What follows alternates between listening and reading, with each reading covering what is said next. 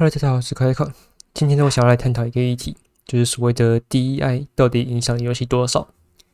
现在网络上很多在指责大厂为了政治正确去牺牲游戏，而我并不这么认为。大家可以回头去看一下，有哪些游戏是真的因为 DEI 才被下架的？可能有人马上就会说《新民特工》。的确，《新民特工》是个非常经典的例子。死前乏人问津，死后因为那比文字还短的生命周期，广泛流传于玩家间。但新民特工真的是因为 DEI 才存活了这么短的时间吗？我为各位列举了新民特工究竟做错了哪些事情。第一，要花钱还不便宜。在同期有斗争特工这个转为免费游戏的竞争对手面前，还非常有自信的把游戏定价在$40，折合台币1190元。第二，价格高昂但游戏性不佳。趁低一点，如果索尼把游戏定价在$40，而游戏的确展现出$40的道理，那玩家的反弹可能也不会那么大。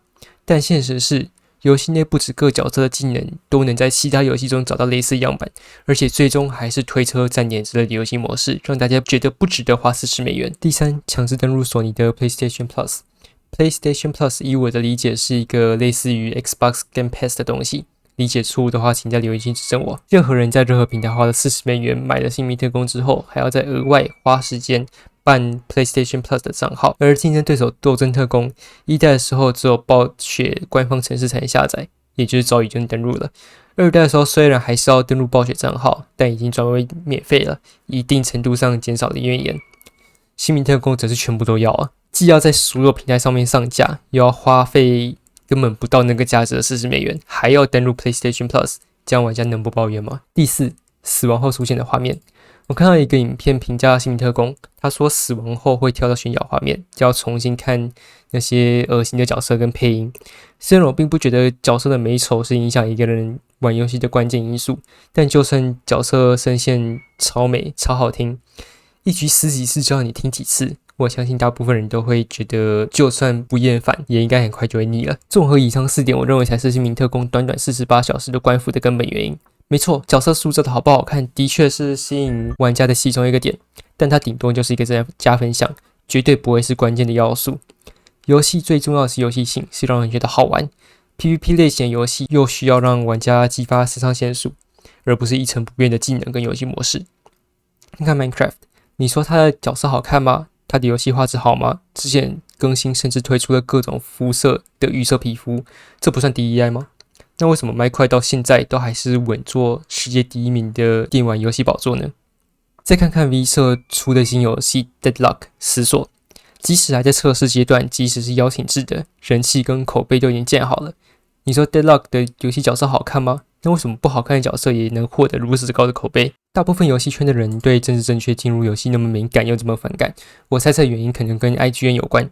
IGN 在这几年评价游戏的时候，总是喜欢用那款游戏有没有所谓政治正确的要素来评分。例如近期最经典的就是黑神话悟空的评价，因为所谓没有女性角色或是女性角色不是主角这样的理由，就给一款游戏低分。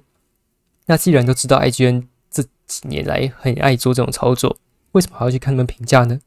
我从来不看 IGN 跟这些自称做游戏相关的民营媒体的评价，为什么？因为民营媒体不在乎公正，他们只在乎流量，有流量有广告，他们才有钱继续写报道。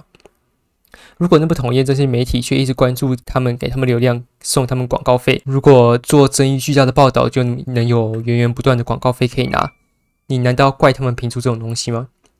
还是该怪自己为什么这么爱给他流量？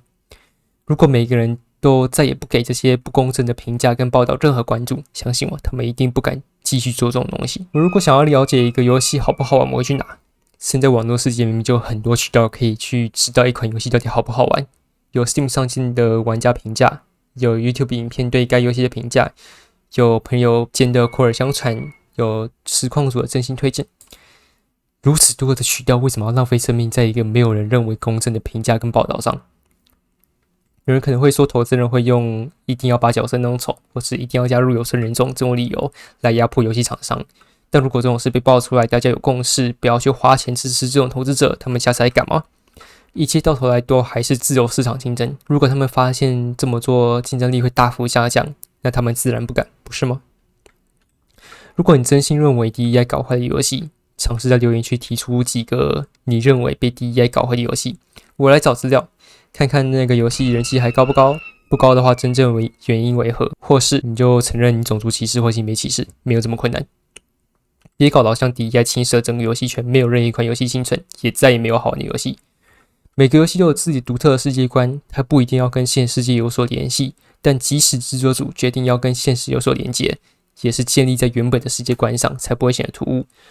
如果多元性别跟多元种族是制作组原本就设定好的世界观，我们看的就是这样的设定塑造出来的角色会不会与这个游戏本身格格不入。